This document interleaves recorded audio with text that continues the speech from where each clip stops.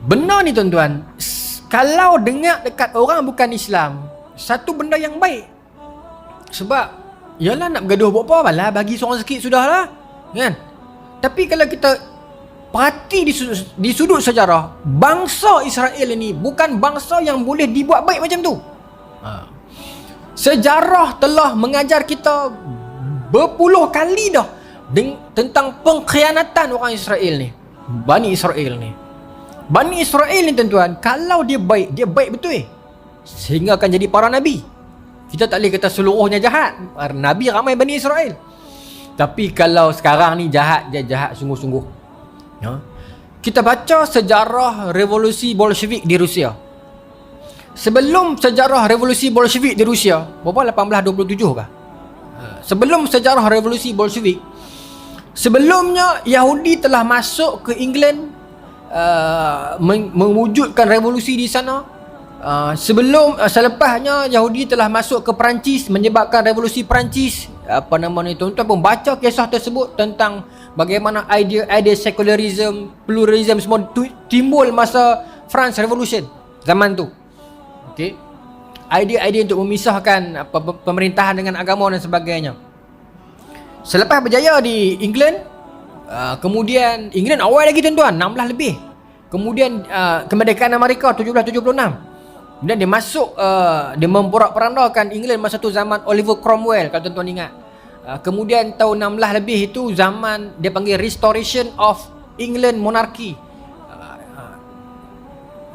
Pemerintahan beraja di England stop saat masa tu. Yahudi ambil alih. Kemudian orang yang mereka percaya Oliver Cromwell tu mereka khianati balik, mati kawan tu, mereka naik balik. Disebut sebagai Restoration of British saya sebut tadi tak ulang, tak dapat lah, English Monarchy. Tu yang sekarang sampai ada sekarang ada tu. Habis di England dia masuk ke France buat revolusi Perancis. Ni semua raja-raja, bukan kita kata depa ni sikit-sikit Yahudi. Dah memang sejarah macam tu nak buat guna. Bukan sejarah tu orang Islam tulis, yang orang putih tulis pun benda yang sama ditulisnya. Iaitu pemodal-pemodal Yahudi yang masuk mengucar-ngacirkan. Sebab masa tu mereka bergelimpangan di merata tempat di Eropah. Sebelum Perang Dunia Kedua.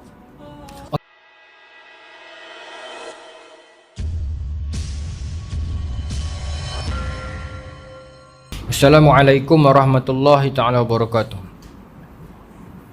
InsyaAllah tuan-tuan dan puan-puan, tuan-tuan, malam ni kita menyambung lagi kita punya kuliah maghrib bulanan kita. Kita membicarakan perihal kisah para rasul, yang mana kita menggunakan kitab Qisasul Anbiya karangan Al-Imam Ibn Kathir. InsyaAllah kita masih lagi membicarakan perihal kaum Madian dan juga Nabi Syuaib AS. InsyaAllah kita sambung. Baik. Di sini diceritakan, kita sambung hak bulan lepas bagaimana kalau kita nak recap balik, kaum Madian ini satu kaum yang pertamanya mereka ini suka, kita sebut bulan 12 hari tu, suka pau orang yang lalu dekat laluan perkampungan mereka. Mereka menipu jual beli, menipu timbangan, dan juga ada satu lagi sikap yang lain, mereka ni menyembah satu pokok yang besar disebut sebagai Aikah. Nabi Syuaib datang kepada mereka dan mengatakan, wastaghfiru rabbakum thumma tubu ilaih inna rabbi rahimun wadud, yang bermaksud dan mohonlah ampun kepada Tuhanmu, kemudian bertaubatlah kepadanya, sesungguhnya Tuhanku Maha Penyayang lagi Maha Pengasih. Surah Hud ayat 90. Begitulah resam para rasul, yang mana bila mereka datang kepada para umat yang mana pun, antara agenda yang selalu mereka sebut, antara manifesto yang sering mereka sebut adalah tentang istighfar. Nabi Nuh juga tak terlepas memperingatkan umat baginda, faqultu astaghfiru rabbakum innahu kana ghaffara. Istighfarlah kepada Tuhan kamu, sesungguhnya Tuhan kamu itu Maha Pengampun dan Maha Penutup dosa kamu. Itu juga Nabi Syuaib dan nabi-nabi yang lain. Kempen yang dibawa ialah selain daripada kempen tentang azab, tetapi kempen yang satu lagi adalah kempen tentang nikmat, iaitu nikmat keampunan daripada Allah Subhanahu wa taala. Tapi penduduk kaum Madian ini menolak orang kata apa ni, dakwah Nabi Syuaib. Maka Nabi Syuaib pun teruskan dakwah, tetapi ditolak. Akhirnya disebutkan dalam satu riwayat, diriwayatkan dari Ibnu Abbas, dari Sa'id bin Jubair dan Ats-Tsauri, mereka mengatakan maksudnya adalah tentang doa Nabi Syuaib. No, baik. Diriwayatkan dalam hadis yang marfu' bahawa marfu' bermaksud rafa'a, dia angkat terus, means hadis tu dia stop dekat qala Rasulullah, Nabi kata, itu marfu'. Ya, kalau dia hadis yang disebut sebagai mauquf, dia berhenti dekat sahabat. Kalau maqtu' dia berhenti dekat tabi'in. Bila kita marfu' ni dia tinggi lah, dia angkat sampai kepada Nabi, maksudnya Nabi yang cerita terus. Baik. Bahawa Nabi Syuaib menangis kerana kecintaannya kepada Allah sampai matanya buta. Menangis kerana cinta kepada Allah sampai buta matanya. Lalu Allah mengembalikan matanya, kembali boleh melihat, dan bertanya padanya, wahai Syuaib, apakah engkau menangis kerana takut pada neraka atau kerana kerinduan kepada syurga? Hang teriak ni pasal takut neraka ke pasal nak syurga? Kata Nabi Syuaib, tidak, akan tetapi kerana kecintaanku kepadamu ya Allah. Jika aku melihatmu, maka aku tidak akan pedulikan apapun yang dilakukan orang kepadaku. Maknanya itu yang orang kata, bila dah capai Allah ni, dia tak pedulilah apa pun. Satu lagu kumpulan Wings, Sayap Ilusi kan, yang dia kata tak main dah, tapi dia kata biar aku dianggap gila tu. Kerana cinta biar aku dianggap gila, biar orang nak kata aku gila pun katalah, aku dah dapat Allah, so melebihi segala-galanya. Kemanisan itu kemanisan segala-galanya.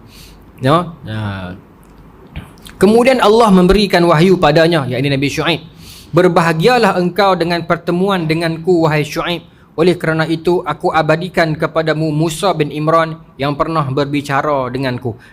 Baik. Okey, kita sambung. Maka Nabi Syuaib ini dia pernah menangis sampai menitiskan air mata hingga menyebabkan mata baginda buta kerana kerinduan kepada syurga. Antara penyelamat kita di sisi Allah adalah air mata kita yang kita keluarkan kerana takutkan Allah dan kerana cintakan Allah Subhanahu Wa Taala. Kita pernah membacakan di surau ini satu hadis riwayat Imam Muslim, saya rasa saya bacakan dah, tentang satu orang lelaki yang dia tak pernah buat amal ibadat kan, yang dia bila dia nak mati tu dia pesan kat anak dia, yang dia kata ya bunayya iza ana mutun fa uhriquni summa ithanuni summa dharruni fir rihi. Wahai anak, nanti bila ayah mati, bakar mayat ayah, kemudian tumbuk abu tu sampai jadi lumat, kemudian lemparkan di angin lalu. Kemudian anak dia tanya, kenapa ayah suruh buat benda ni? Pasal ayah dia ni tak pernah buat amal ibadat langsung. Maka dia jawab kepada anak dia kata apa? Wallahi law qadara alayya rabbi la yu'adzibanni azaban mu'azzabahu ahada. Kalau Tuhan, yakni Allah, jumpa mayat aku, Tuhan akan azab aku dengan satu azab yang tak pernah Tuhan azab orang lain. Bermaksud dosa yang pakcik ni buat, kenapa dia kata pakcik? Pasal dia tua dah, anak dia pun dah besar dah, cukup besar. Dan dia tak kembali menerima taubat. Sebaliknya dia nak mati, dia ingat dia boleh lari daripada Allah, maka dia minta anak dia tolong buat bakar tu. Kemudian bila dia mati, Allah Ta'ala sebut, Nabi sebut dalam hadis, Allah Ta'ala berkata kepada bumi, Allah Ta'ala kata kepada bumi, ya ardi ijma'i ma fiki, wahai bumi, kumpulkan semua debu-debu bakar mayat dia tu atas badan kamu ni, kumpulkan. Fa iza qama, benda dia dibangunkan di depan Allah. Allah tanya dia, wahai hamba aku, kenapa kamu buat benda ni? Kan? Kenapa kamu buat kerja ni? Iaitu apa? Yang bakar, tumbuk, lumat semua ni. Okay, maka dia jawab kepada Allah, qasyatuka rabbi, kerana takut kepadamu ya Allah. Maka dalam hadis tu Nabi kata, faghfara lahu, maka Allah Ta'ala ampunkan dia. Meskipun dia tidak ada amalan, dosa dia banyak sampai dia mati pun, tetapi kerana ada secebis ketakutan dia kepada Allah, dia sedar ada Allah yang boleh mengazab dan mengampunkan dia, maka kerana secebis itulah yang heret dia masuk ke syurga. Yang tu yang kita nak, tak cinta dan takut kepada Allah Subhanahu Wa Taala. Satu ketika tuan-tuan, cerita ni saya dapat daripada YouTube. Tapi video lah, nama apa? Habib Ali Al-Jufri. Bukan yang Indonesia kan, yang seorang lagi yang berisi sikit tu. Dia cerita di internet ada, dia cerita dalam ceramah dia tu, saya tengok. Dia cerita ni pula dia tengok sendiri ketika mana depa buat satu persidangan agama di Perancis. Syahid Dr. Said Ramadan Al-Buti, dia ceramah tentang cinta kepada Allah ni. Dia ceramah, tapi masa dia ceramah tu bengenang ayat mata dia. Lah dia teriak, dia tak tahan. Teriak. Padahal masa tu dialog antara agama, cerita masing-masing agama ni, bila mai part Islam dia ceritalah cinta kepada Allah ni. Tapi dia teriak sungguh-sungguh. Teriak pula bukan teriak macam terharu ni, teriak macam takut, ketak badan-badan. Maka Habib Ali tak faham dah lah. Memang Syahid memang jenis macam tu. Kemudian depa habis ceramah tu masuk bilik kuarantin, bukan bilik kuarantin lah, bilik VIP ni. Datang seorang wartawan Perancis, perempuan, bukan Islam dia. Dia kata saya tersentuh tadi bila tuan imam, dia panggil imam lah, cerita pasal cinta dengan Tuhan Allah lah, Tuhan orang Islam ni. Tapi pasal apa teriak? Sepatutnya cinta ni benda happy, dia kata kan. Kami faham common sense dia happy lah. Maka jawapan Syahid Dr. Said Ramadan Al-Buti itu menyebabkan perempuan tu menitiskan air mata. Dan tak silap saya, dia peluk Islam lepas tu. Jawapan dia kata apa? Memang aku sedang cerita tentang cinta, tapi siapa yang tak menangis kalau memikirkan kalau cinta itu akan terluput, dia kata. Aku teriak bukan kerana cinta tu, tapi aku fikir macam mana lah kalau cinta tu nanti lucut. Sebab tu dia teriak. Itu yang menyebabkan perempuan tu sangat tersentuh betapa seseorang hamba dan Tuhannya itu menghargai cinta tersebut. Dia bimbang. Sebab tu tuan-tuan, kalau kita sayang kat orang lebih ni, cinta kat orang lebih tu, kita jaga, kita pedok apa dalam kepala kita, kita takut hilang cinta tu sebenarnya. Kan? Kita takut dia hilang. Kita takut benda tu jadi hilang, jadi lucut. Sebab tu kadang-kadang kita jadi jaga lebih, kawal lebih kan. Itu yang disebutkan oleh Dr. Said Ramadan Al-Buti, cinta kepada Allah Subhanahu wa taala. Cinta yang sangat besar yang tak mungkin dapat ditandingi oleh mana-mana cinta atas dunia ini. Ya. Kalau orang tanya kita apakah tanda pertama Tuhan cinta kita, Tuhan buat kita. Ya, kalau tak cinta kalau kata tak cinta tak buat. Baik. Kemudian azab apa yang sampai kepada penduduk Madian, kita nak pian tutup baik. Mereka dilanda gempa yang amat dahsyat. Bumi menjadi goncang-gancing, tulis di sini. Tanah dan rumah tempat tinggal mereka hancur berantakan. Nyawa mereka pun melayang, tercabut dari jasad mereka hingga akhirnya mereka menjadi mayat-mayat yang bergelimpangan, tidak bernyawa dan tidak bergerak. Demikian pula haiwan-haiwan di bumi semuanya mati dan beku. Maknanya azab yang sampai kepada penduduk Madian ialah berupa gempa bumi. Berupa gempa bumi. Kita dah bincang tentang kaum-kaum sebelumnya. Ada yang kena angin kencang, ada yang kena halilintar, guruh yang sangat kuat. Dan adapun untuk kaum Madian ini, mereka menerima azab yang bersifat gempa bumi. Kemudian dia cerita kat sini gempa bumi yang bagaimana, di manakah gempa bumi tersebut. Baik, dia cerita kat sini. Firman Allah Subhanahu wa taala, fa akhazahum azabu yaumiz zulah innahu kana azaba yaumin azim. Surah Asy-Syu'ara ayat 189. Lalu mereka ditimpa azab pada hari mereka dinaungi awan. Zillah ni naungan. Sesungguhnya azab itu adalah azab hari yang besar. Cerita lagu mana ni, apa maknanya dia kena gempa, lepas tu dinaungi awan pula. Dia main syarah dia. Dia kata apa? Penduduk Madian ni lepas mereka tolak dakwah Nabi Syuaib, mereka ugut untuk bunuh Nabi Syuaib. Dia kata, kalaulah bukan kerana keluarga kamu wahai Syuaib, dah lama dah kami bunuh kamu. Tu ayat Quran. Kalau bukan kerana keluarga kamu, dah lama kami bunuh kamu. Dia pun nak bunuh, dia mengancam nak bunuh Nabi Syuaib. Akhirnya tuan-tuan, Allah Ta'ala buat apa? Mengirimkan kepada mereka satu suasana panas yang tersangat panas. Kalau kata kemarau tu, kemarau atas kemarau. Mereka tersengat oleh cahaya panas matahari yang teramat sangat panasnya. Sementara Allah menghentikan hembusan angin selama 7 hari. Panas dah. Angin tak lalu pula. Tak tahu nak bayang. Kita lah duk rasa lagu tu, tapi tak sampai tahun ni lah kot. Tuan-tuan, bila mai kemarau, dia jadi kering. Angin pun tak ada. Tak boleh duduk. Buka aircon 16 pun tak rasa. Kan? Tambah kalau kita rumah kampung bumbung zinc, lagi panas. Kan? Buka kipas. Kipas tu duk hembus main kat kita tu. Hembus udara panas. Itu kira kejadian fenomena bumi lah ni. Yang ni pula azab yang khusus, tak boleh bayang lah lagu mana jadi ni. Panas dalam panas, Allah tutup Kan kita dah bincang sebelum ni dalam kisah sirah Nabi Hud, ada pintu-pintu angin yang kita tak tahu di mana tu kan. Pintu tu lah kok ditutup. Kan? Allah Ta'ala stopkan angin. Menarik ni. Benda kita tak nampak kan. Kita tak tahu di mana punca dia main ikut mana kan. Cahaya bila orang kata main ikut mana, mungkin orang kata matahari. Kan? Hujan, awan, angin. Tak nampak punca. Allah Ta'ala mengetahui rahsianya. Tuhan tutup pintu tersebut, maka angin berhenti daripada meniup ke arah kampung mereka itu selama 7 hari. Maka air menjadi tidak berguna. Naungan tidak boleh melindungi dari sengatan panas. Naungan bermaksud naungan mereka.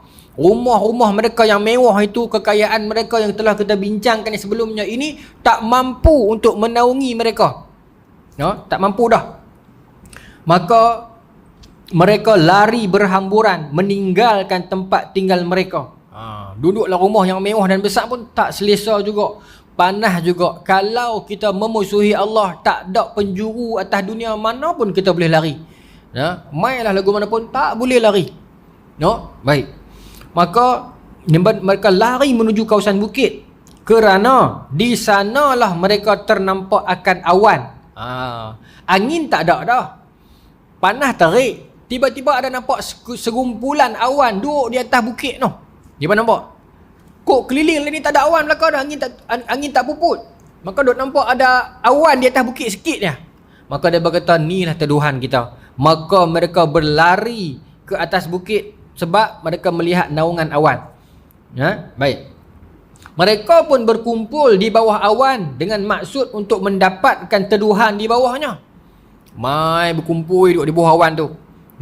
Ketika mereka semua bertumpu dan berkumpul mendesak-desak di bawah naungan awan, tiba-tiba Allah mengirimkan batu-batu yang sangat keras dan panas membidik mereka. Gumpalan pekat di atas mereka yang mereka sangka sebagai awan itu sebenarnya ternyata merupakan azab yang telah ditetapkan untuk menghancurkan mereka. Mereka sangka awan tu lindung mereka, rupanya awan itulah azab mereka. Macam kes yang kita bincang Nabi sebelum ini, umat Nabi sebelum ini tu, yang bila main awan hitam, mereka sangka pokok hujan, mereka pergi menari bawah tu, rupanya dalam tu ada api. Sama macam kes ni. Lemparan batu api dari atas diiringi dengan hentakan suara yang menggegar. Bumi pun bergoncang dengan amat dahsyat. Nyawa-nyawa melayang dan terlepas dari badan. Yang tinggal hanyalah mayat-mayat yang bergelimpangan. Yang jadi pada mereka. Maknanya hebatnya Allah Subhanahu Wa Taala. Tuhan boleh buat macam-macam. Larilah. Tuhan boleh buat. Kita lari mai kat dia. Kita larilah daripada azab macam mana pun. Ironi je Tuhan boleh buat. Lari tu lari pergi kat dia. Lari pergi kat azab. Saya teringat bila saya baca yang ni, saya teringat satu ketika saya ceramah di sekolah menengah Tunas Bakti, tapi bukan yang sini, yang Sungai Besi.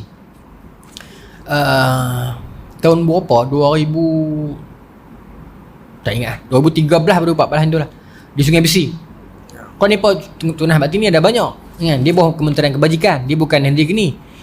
Baik. Saya ceramah di sana. Habis ceramah tu, salah seorang daripada dia punya pegawai tu sembang dengan saya lah. Masa tu bulan puasa.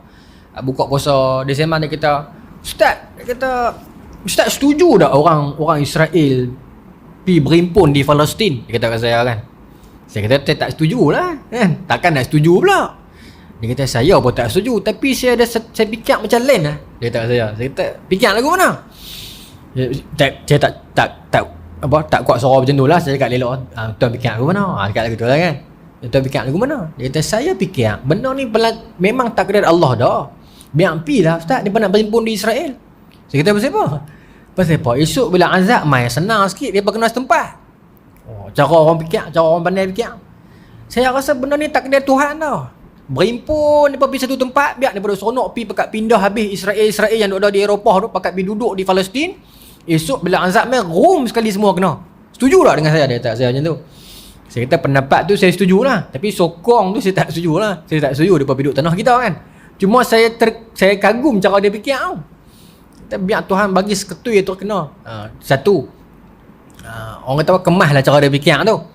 Tapi kalau kita nak counter balik, sebenarnya Tuhan tak perlu kumpulkan mereka pun. Depa menyorok di mana pun, depa berpisah-pisah di 7 penjuru alam pun Tuhan dapat. Cuma cara fikir tu menarik jugalah. Cuma benda itu bukan satu alasan untuk kita membiarkan Israel duduk dengan kita. Ni tuan-tuan minta baca berita kan, normalisasi Israel dengan Arab ni. Negara-negara Arab semisal UAE, apa nama lagi, Bahrain ke kan, ada 3-4 negara Arab, Saudi pun ke arah itu dah, ke arah dasar normalisasi dengan Israel, iaitu berbaik-baik dengan Israel, tak perlu perang lagi, dengan syarat Israel tak perlu meluahkan kuasa lagi, biarkan Gaza, Israel boleh stay di tanah Palestin. Tapi kita berdamai, boleh trade hang aku, barang hang boleh masuk tempat aku, barang aku boleh masuk tempat hang, diiktiraf. Saya baca wacana berita, UAE telah mulakan dengan memadam rekod-rekod buruk ataupun memadam cerita-cerita buruk dalam sejarah Arab berkenaan dengan perang Arab Israel. Yang ditampilkan dalam buku teks anak-anak mereka adalah benda-benda yang berkisar tentang etnik Israel, belajar pengajian tentang mereka untuk mula berkenal-kenalan, membina hubungan. Benar ni tuan-tuan, kalau dengar dekat orang bukan Islam, satu benda yang baik. Sebab yalah, nak bergaduh buat apa, balah bagi seorang sikit sudahlah, kan? Tapi kalau kita perhati di sudut sejarah, bangsa Israel ini bukan bangsa yang boleh dibuat baik macam tu. Sejarah telah mengajar kita berpuluh kali dah tentang pengkhianatan orang Israel ni, Bani Israel ni. Bani Israel ni tuan-tuan, kalau dia baik betul sehingga akan jadi para nabi. Kita tak boleh kata seluruhnya jahat, nabi ramai Bani Israel. Tapi kalau sekarang ni jahat, dia jahat sungguh-sungguh. Kita baca sejarah revolusi Bolshevik di Rusia. Sebelum sejarah revolusi Bolshevik di Rusia, berapa, 1827 kah? Sebelum sejarah revolusi Bolshevik, sebelumnya Yahudi telah masuk ke England, mewujudkan revolusi di sana. Selepasnya Yahudi telah masuk ke Perancis, menyebabkan revolusi Perancis. Tuan-tuan pun baca kisah tersebut tentang bagaimana idea secularism, pluralism semua timbul masa France Revolution zaman tu. Okey. Idea-idea untuk memisahkan pemerintahan dengan agama dan sebagainya. Selepas berjaya di England, kemudian England awal lagi tuan-tuan, 16 lebih. Kemudian kemerdekaan Amerika 1776. Kemudian dia masuk, dia memporak-porandakan England masa tu zaman Oliver Cromwell, kalau tuan-tuan ingat. Kemudian tahun 16 lebih itu zaman dia panggil Restoration of England Monarchy. Pemerintahan beraja di England stop saat masa tu. Yahudi ambil alih. Kemudian orang yang mereka percaya Oliver Cromwell tu dipekhianati balik, mati kawan tu, mereka naik balik. Disebut sebagai Restoration of British saya sebut tadi tak ulang, tak dapat lah, English Monarchy. Tu yang sekarang sampai ada sekarang ada tu. Habis di England, dia masuk ke France buat revolusi Perancis. Ni semua raja-raja, bukan kita kata depa ni sikit-sikit Yahudi. Dah memang sejarah macam tu nak buat guna. Bukan sejarah tu orang Islam tulis, yang orang putih tulis pun benda yang sama ditulisnya. Iaitu pemodal-pemodal Yahudi yang masuk mengucar-ngacirkan. Sebab masa tu depa bergelimpangan di merata tempat di Eropah. Sebelum Perang Dunia Kedua. Okey. Bila aura ataupun kebangkitan Yahudi tu merebak ke Rusia, ketika itu pemerintah Rusia zaman tu Tsar Nicholas kedua. Tsar Nicholas ni dia dah rasa macam, okey, aku duk nampak benda yang sama yang jadi kat England, yang jadi kat Perancis, mungkin akan jadi dekat Rusia kalau aku tak cuba buka pintu. Sebab masa tu orang-orang Yahudi ni, depa duduk dekat negara Eropah, depa duduk dia ada satu istilah, saya tak ingat istilah tu, yang asing daripada orang. Sopa pelarian, sopa maaf sebut lah, macam kampung baru, depa tak dapat layanan istimewa. Depa macam depa kena double standard. Macam depa dapat layanan semasa di Mesir zaman Nabi Musa. Macam tu lah orang Yahudi di Eropah zaman tu. Sebab tu England dan Perancis membayar harganya. Tapi bila Tsar Nicholas tengok, sebelum benda yang sama jadi dekat Rusia, kami perlu menukar dasar di Rusia, iaitu untuk orang Rusia berbaik-baik dengan orang Yahudi. Mula membuka pintu. Saya tak main perkataan tu, tempat yang orang Yahudi kena duduk tu. Dia ada satu istilah akademik untuk tu. Dan nama tu depa buat filem apa nama ni. Dia macam tempat kurungan, bukan tempat kurungan. Seolah-olah macam kampung baru lah, senang abang. Baik. Tuan-tuan, apa nama ni, maka Tsar Nicholas buat satu dasar untuk membuka pintu orang Yahudi boleh hidup macam rakyat Rusia yang biasa, boleh bekerja, bayar cukai, menikah macam rakyat Rusia betul lah. Tak dilayan macam apa nama ni pelarian lagi, tak dilayan macam orang kampung baru lagi, macam itulah. Maka orang Yahudi pun mula berasimilasi dengan orang Rusia. Ada yang dah menikah dengan mereka, bekerja, buka production, menikah, bayar cukai, ada slip gaji, ada sokso, boleh apply iSinar tanpa syarat dah. Boleh lah, belakang boleh buat dah. Tuan-tuan, bila buat macam tu, kalau akal yang logik kita fikir, there is no need for a Jews untuk fight Rusia lagi. Betul tak? Akal logik kita fikir, orang Yahudi tak payahlah nak revolusi di Rusia lagi. Sebab orang Rusia dah layan Yahudi dengan baik. Kalau itu tuntutan mereka untuk dilayan Yahudi itu dengan baik, so tak perlu lagi berlaku revolusi. Sebaliknya berlaku juga. Tapi kali ini dia masuk kepada golongan-golongan petani dan pekerja bawahan. Itu yang Bolshevik tu. Kenapa berlaku? Sebab perjuangan, sebab mereka risau orang Yahudi yang telah berasimilasi dengan rakyat Rusia akhirnya akan jadi orang Rusia. Macam Buya Hamka sebut dalam buku dia, berapa ramai orang Indonesia bila Belanda mai, Indonesia itu telah bertukar kepada Belanda. Dia pun tak mau jadi orang Indonesia lagi, dia pun nak jadi orang Belanda. 70,000 ke 7,000. Saya takut saya terlupa kosong. Tapi ni dalam buku Buya Hamka, catatan kemerdekaan. Orang Ambon yang bila mana Belanda balik, mereka teriak. Pasal apa? Pasal mereka berasa mereka tu orang Belanda. Ini Ambon, Buya Hamka sebut dalam buku dia. Kenang-kenanganku di Malaya, tajuk buku tu. Catatan kemerdekaan kan. Dia mengingatkan kita jangan ulang sejarah orang Ambon. Yang mana depa bila orang penjajah Belanda balik, depa teriak nak ikut. Pasal depa dok berasa depa Belanda. Hilang Indonesia dalam diri depa. Macam Melayu yang terlucut Melayu daripada diri dia. Dia berasa serupa dia orang barat. Dia serupa apa pun nak jadi barat lah dia ni, apa pun. Kalau ikut cara Melayu ni tak standard. Macam tu yang berlaku kepada orang Ambon zaman tu. Kata Buya Hamka, depa ni bahkan ikut orang Belanda balik ke Belanda. Bila sampai ke Belanda, orang Belanda usir mereka. Orang Belanda tak mau. Pasal apa, tak standard kami lah. Kulit-kulit hampa ni semua ni tak standard kami. Dan sejarahnya bila orang Belanda usir mereka, Belanda memaksa kerajaan baru Indonesia untuk ambil balik rakyat Ambon ini pulang. Kerajaan baru tak mau. Pasal yang dia pengkhianat. Jadi di manakah tampungan rakyat ini? 7,000 orang ni. Kalau bukan 70,000, 7,000. Antara dua tu lah. Di mana dia pun nak pi? Bangsa sendiri menolak mereka. Bangsa yang mereka puja-puji tak mau ambil dia. Itu bila itu menjadi kepada bangsa, kepada kaum yang melucutkan jati diri kaum dia. Baik. Pasal apa boleh pi sampai sana? Nak balik pada Yahudi tadi. Okey. Maka Yahudi bimbang Rusia, Yahudi bimbang ataupun Zionis bimbang orang Yahudi di Rusia akan hilang Yahudi dia. Pasal duk menikah dengan orang setempat semua ni. Maka dia buat revolusi balik. Akhirnya tercetus revolusi di Rusia Bolshevik.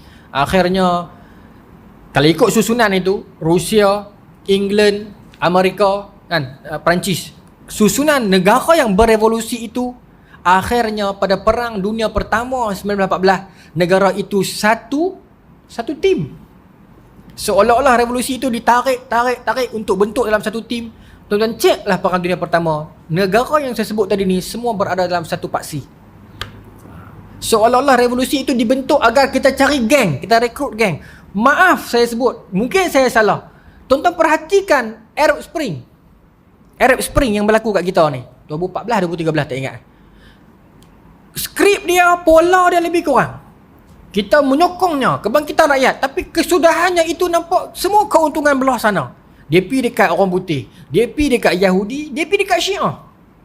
Siapa yang memegang tampuk Iraq sekarang? Kan? Kita baca yang tu, tuan-tuan. Sebab tu, apa-apa pun dalam kehidupan kita ni, kita kena banyak bertenang. Kita tak boleh terburu-buru cepat menghukum, cepat mengamuk, cepat. Kita kena parti dua lapis dulu. Sebab kadang-kadang ada perancangan yang sulit dan rapi. Dan benda tu saya yakin bawa kepada normalisasi hari ni tu. Kan? Walaupun bukan secara terus, tapi tunggu dan lihatlah. Jadi poin saya adalah bangsa ni bukan bangsa yang boleh berbaik-baik. Itu poin saya. Bila Rusia buat lagu tu kat Yahudi dengan anggapan Yahudi takkan kacau ekonomi mereka, Yahudi kacau, dia tak peduli. So benda yang sama mungkin berulang. Orang Arab kena belajar sejarah normalisasi ni. Bangsa itu bukan bangsa untuk kita berbaik-baik. Mereka akan lupakan segalanya. Kita baca sejarah yang Hitler bunuh orang Yahudi tu panggil apa? Yang Hitler bunuh orang Yahudi yang ramai tu. Kan apa? Tu kan. Yang itulah tuan-tuan tahu lah kan. Yang banyak membantu pelarian Yahudi masa tu adalah negara-negara semisal Albania. Tuan-tuan baca sejarah dunia tu. Saya rasa bila kita baca tu kita tersentuh. Bagaimana orang Yahudi ni betapa mereka tak mengenang jasa. Kalau kita nak ukur secara umum pun memang dia lah tuan-tuan. Zaman enlightened of Christian, zaman itulah Yahudi paling sampah sekali. Yahudi cuma mampu angkat muka cuma pada zaman golden ages of Islam, itu sahaja. Islam lah yang buka pintu bagi peluang Yahudi mengaji, sekolah, masuk universiti, buka kitab-kitab Islam, belajar jadi tok guru agama mereka lah. Yang menafikan hak orang Yahudi untuk study, untuk duduk ni orang Kristian. Islam bila pegang dunia, dia buka pintu Yahudi pun boleh belajar. Sampai sekarang para rabai Yahudi yang jujur dengan ilmu mereka mengakuinya benda ni. Zamannya orang Yahudi mampu bernafas dan angkat muka hanya pada zaman golden ages of Islam. Maka kata mereka, kalau ditanya bilakah golden ages of Jews, golden ages of Jews berlaku pada golden ages of Islam. Mereka menumpang zaman kegemilangan kita. Sekarang itulah dikatakan Islam ini rahmatan lil alamin. Bila Islam merintah, yang lain untung belaka. Bukan kata orang Islam sahaja, orang bukan Islam pun untung. Mereka bebas mengamalkan kepercayaan mereka tanpa diusik. Kita berjuanglah tuan-tuan, kita doalah agar satu masa nanti akan tertegak juga kalimah Allah di muka bumi Malaysia ni. Hukum-hukum semisal hukum hudud itu, meskipun sekarang bukanlah mungkin masa yang tepat, tapi usaha ke arah itu mungkin kita kena buat dah. Saya nampak benda ni dia akan jadi dakwah, dia tak akan jadi dakwah. Bayangkan kalau orang yang mencuri kepada harta orang Islam, dia akan dikenakan hudud. Kita bayang macam ni kalau kita bincang secara kritikal dia. Ada orang bukan Islam, dia main rompak rumah orang Islam disebabkan dia tweet orang Islam. Walaupun dia bukan Islam, dia boleh kena hudud. Okey.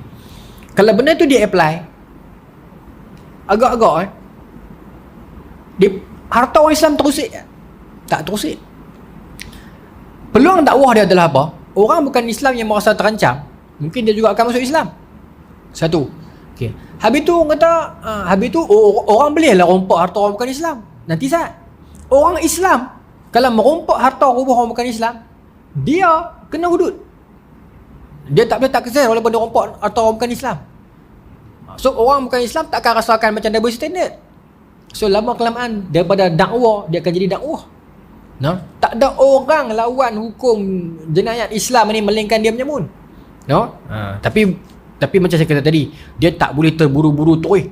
Dia kena step by step, kesedaran, tarbiyah dan sebagainya. Sekarang mungkin fasanya dah untuk kita kempen bagi tahu macam tu. Antara tokoh yang berjuang sungguh-sungguh untuk hudud siapa tuan-tuan? Kita mungkin akan menyebutkan tentang parti-parti politik Islam, tapi sebenarnya individu yang betul-betul berjuang untuk mengangkat hukum syariah Islam ni siapa? Allahyarham Tun bekas Ketua Hakim Negara Tun Saleh Abbas. Dia antara yang berjuang sungguh-sungguh. Kalau tuan-tuan baca kertas pertuduhan, 5 pertuduhan terhadap dia semasa krisis perlembagaan 1988, antara yang disebutkan dalam tu ialah kerana dia rajin mewar-warkan tentang undang-undang Islam yang menakut-nakutkan orang bukan Islam. Tuan-tuan baca, sedih dia Ketua Hakim Negara kan, yang krisis perlembagaan 88 tu. Baik, kita sambunglah 8.40 dah, tak rasa. Baik. Dia berkena azab yang macam tu. Itulah azab dan nasib yang menimpa kaum Madian Nabi Syuaib. Kemudian tuan-tuan, didatangkan kepada kita bab seterusnya, pendek sahaja, iaitu bab 31, keturunan Nabi Ibrahim. Tapi bab ni dia bagi pendek ya. Sebab dua orang Nabi yang merupakan anak Nabi Ibrahim. Yang pertamanya Nabi Ismail, ini yang anak yang jadi Nabi lah. Kemudian Nabi Ishak.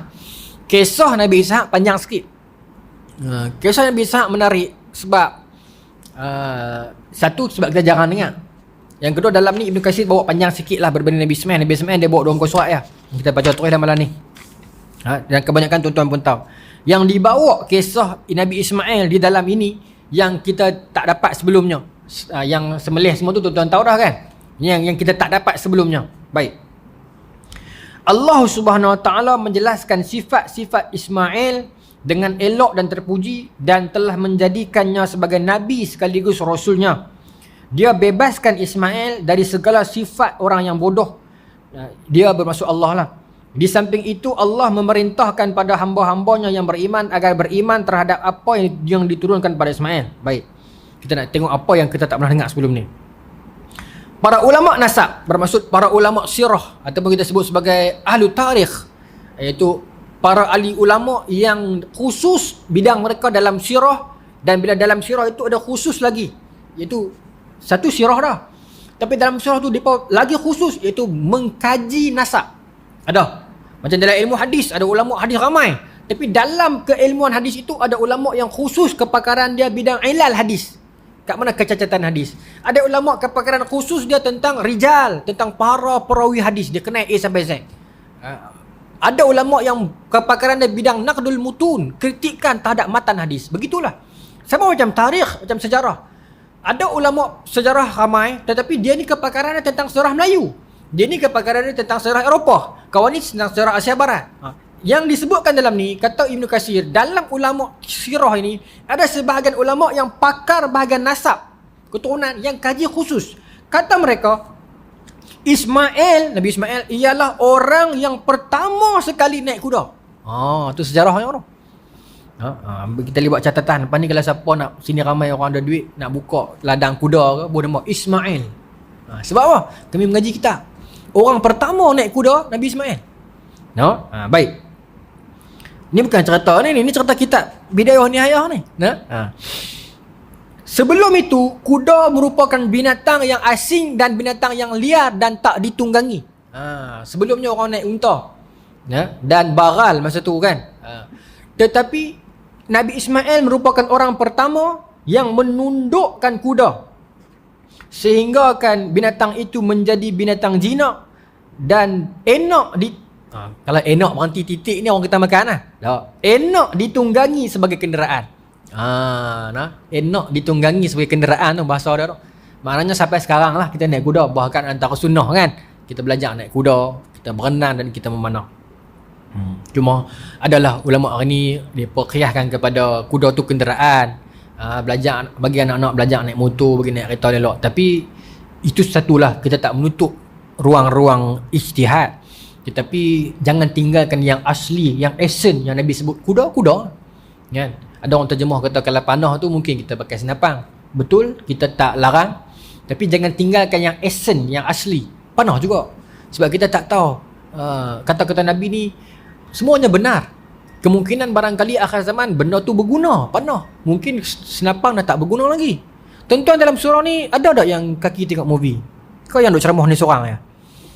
Kalau tuan-tuan tengok Fast and Furious, Hop dengan Shaw tu, macam saya seorang ni, yang The Rock dengan yang berlakon dengan mak The Mechanic tu, Jason Statham, kuliah maghrib tu, kan dia pergi lawan dengan satu pasukan yang senapang mereka tu cuma boleh akses kalau ada satu sistem kan, satu sarung tangan khusus saja, kalau tidak tak boleh tembak.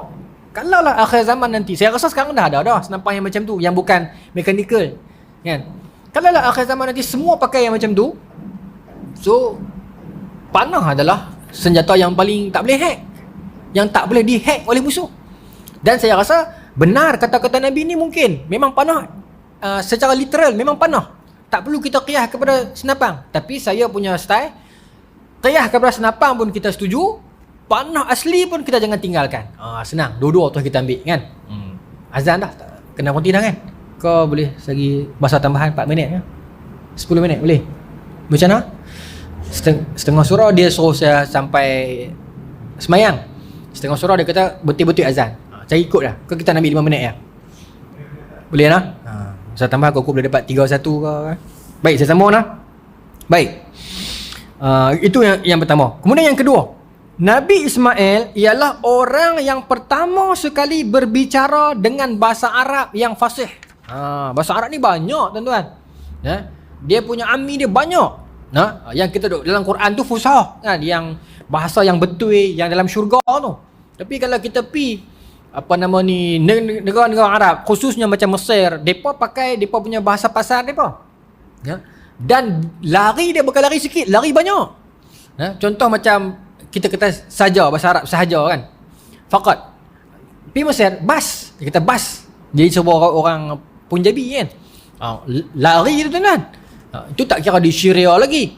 Di belah Yaman, qul jadi rul kan. Banyak. Tapi orang yang bercakap bahasa Arab asli secara fasih, yang kata bahasa betul ni, orang pertama ialah Nabi Ismail alaihissalam. Kemudian didatangkan cerita tentang Nabi Ismail ni berkahwin dengan satu orang perempuan daripada Bani Jurhum yang namanya Imarah binti Sa'ad bin Usamah bin Uqay bin Amaliqi. Kisah tu terkenal yang tuan-tuan pun dah tahu, yang mana Nabi Ibrahim tinggalkan Ismail di Mekah. Beberapa lama sekali Nabi Ibrahim mai jenguk. Kali pertama Nabi Ibrahim mai, perempuan isteri Nabi Ismail masa tu ialah ini, nama dia apa ni? Imarah binti Sa'ad bin Usamah, bini pertama. Nabi Ibrahim tanya, okey ke hidup? Laki ada, suami ada di rumah. Suami tu Nabi Ismail lah. Perempuan ni kira menantu Nabi Ibrahim, tapi dia tak tahu. Dia kata suami saya tak ada, keluar pergi kerja.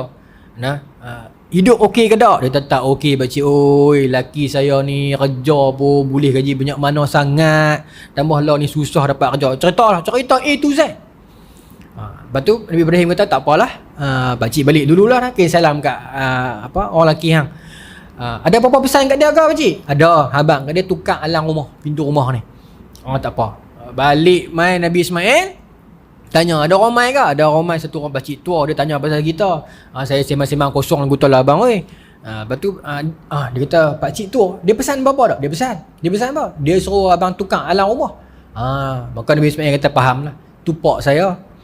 Dia suruh saya cerai hang. Pasal apa? Cerita A to Z. Sirah ni tuan-tuan memang duk dalam riwayat ni. Dan sirah ini juga kita boleh apply dalam dunia hari ni. Berapa ramai pasangan ni dia cerita keburukan suami dia dekat suami dia ataupun isteri dia, antara dua, di media sosial. Setengah perangai yang teruk ni dia cerita terus kan. Baru ni yang viral, satu orang lelaki dia komen dekat live Pak ni duk panggil Pak Long, Pak Ngah, Abah, Pak itulah Ismail Sabri tu kan. Kan yang dia komen sebagai perempuan kan, tolonglah berhentikan PKP ni, saya tak tahan dah, suami saya duk hantam saya tiap malam. Ada kan perempuan. Rupanya bila kaji balik, bukan perempuan, suami dia guna Facebook dia untuk tulis benda tu. Apa punya tak tahu saya nak habaq. Nak raih gelak daripada orang, nak raih perhatian, dia jual maruah isteri dia. Walaupun bukan erti kata jual macam tu, tapi malu kakak tu kan dia buat statement kan, dia kata bukan saya, suami saya yang guna Facebook saya untuk tulis komen tu nak bagi orang gelak. Tapi maruah dia tu, Allahu Akbar. Kemudian saya tengoklah pengakuan maaf suami dia tu. Suami dia kata saya minta maaf lah, tapi saya bukan nak kata yang tu, saya cuma nak marah kerajaan sebab duk sambung PKP. Alasan tak kukuh langsung Hari ni tuan-tuan, penyakit kita ni, penyakit semua benda jadi lawak. Semalam saya ceramah hari Ahad malam di Taman Wakaf, sembang dengan Dr. Zahir, sembang pasal penyakit ni lah kan. Dia cerita kata apa, tuan-tuan tahu tak yang orang nak buat emoji si Rashid di Facebook yang muka renyih. Rupanya muka owner betul tu bukan tengah renyih, tengah teriak. Muka tu tengah teriak masa tsunami, anak dah 5 orang mati depan mata dia. Tapi kita ambil jadikan emoji kartun, benda tu jadi bahan lawak kan. Hari ni nak buh orang pakai kartun tu lah, Rashid tu. Bukan kata kat Facebook dia, tak kata kat dia, tapi nak kata gambar tu kan. Dia tengah teriak. Tapi kita jadikan benda tu lawak. Kita tak tahu sejarahnya. Sekarang ni memang semua benda jadi lawak. Kita baca dekat Facebook, nenek 70 tahun dirogol. Buka kat emotion tu, berapa ramai orang gelak. Pasal pun nak kena gelak benda ni. Ini penyakit umat sekarang. Apa saya sambung terus tu? Kena cepat. Baik. Maka itu isteri yang pertama. Isteri yang kedua ialah Kat sini dia bagi nama. Okey, baik. Isteri yang kedua ni bukan bermaksud isteri yang kedua ni. Cerai yang tu ambil yang nombor 2. Nama dia Sayyidah. Sayyidah binti Bandhah bin Amir Al-Jurhumi. Dia ni Bani Jurhum lah. Bani Jurhum yang main tu kan. Kes yang sama Nabi Ibrahim mai tanya, saya bagi cepat lah. Maka perempuan ni kata apa? Cukuplah pakcik weh, ada apa-apa semua elok dah. Suami saya pun bagus, kerja apa semua elok, alhamdulillah. Maknanya ada kekurangan. Kita ni ada kekurangan tak tuan? Ada. Ni nampak kemas aku ni. Cuba tanya perempuan kita. Lambak kecacatan ni. Betul tak tuan? Ketiak busuk, tidur mengerah, kaki cekam, macam-macam semua bini kita tahu. Tapi dia tutup. Begitu kita pun. Bini kita pun bukan semua elok, tapi kita tutup. Kan? Itu sepatutnya. Maka isteri Nabi Ismail yang ni pun maksud dia ditutup. Maka saya cepatkan. Isteri dia pesan, tanya Nabi Ibrahim, ada pakcik nak abang apa ke kat laki saya? Kata Nabi Ibrahim pesan kat laki hang, jaga pintu rumah ni elok. Jaga elok. Maka dijagalah pintu tu elok. Hari ni boleh dah kita pakai sirah ni untuk kita senang-senang suruh anak kita pergi cerai menantu kita? Tak boleh. Sebab apa? Apa alasan yang pertama? Pasal kita bukan Nabi Ibrahim. Ada 2 hadis. Kalau kita kaji di sudut kritikan matan, dia macam bertentangan. Satu hadis seorang sahabat mai jumpa Nabi, to be exact anak Sayyidina Umar, kan, mai beritahu tak puas hati, terasa hati pasal Sayyidina Umar tak bagi dia kahwin dengan perempuan sekian-sekian, kan, hadis tu. Maka Nabi kata dekat anak Sayyidina Umar, Abdullah bin Umar tak silap saya, ikut kata-kata ayah hang. Satu. Hadis yang lain pula, seorang sahabat mai cerita kat Nabi, yang dia nak tu, perempuan yang dia nak tu mak ayah dia tak orang suka. Maka Nabi kata yang nak menikah tu hang, bukan depa. Jadi orang yang kritik, orang yang orientalis ni, dia kata tengok Nabi cakap tak serupa bikin, tak sama. Sama sebenarnya. Cuma ini dalam konteks bapa budak ni adalah Sayyidina Umar, confirm syurga. Inilah dalam konteks bapa budak ni tak tahu siapa, kita pun tak tahu, darah dia tak sebut rekod. Jadi kena compare macam tu. Kita tak boleh kata sekali compare, berselisih antara 2 hadis. Tidak. Kita kena tengok essence hadis, sabab urut dia, syarah dia, baru kita faham. Nabi sentiasa konsisten dalam ucapan baginda. Baik. Bulan depan kita cerita pasal Nabi Syuaib, insya-Allah. Nabi Ishaq. Saya pun agak excited nak cerita pasal Nabi Ishaq. Sebab apa? Sebab saya pun tak tahu banyak. Kita pun jarang dengar pasal Nabi Ishaq, Isaac kan. Antara yang menarik cerita pasal Nabi Ishaq ni, dia ada abang. Dia ada abang. Nabi Ishaq ni dia ada anak. Anak dia ada 2 orang. Anak sulung ni, nama kita rahsiakan dulu.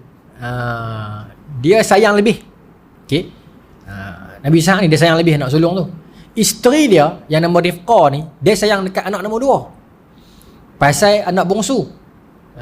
Nabi Ishaq sayang kat anak sulung pasal abang jantan hak sulung ni lah senang nak harap buat kerja. Anak yang bongsu hak nombor 2 ni, nama dia apa? Yaqub. Nabi Yaqub tu lah.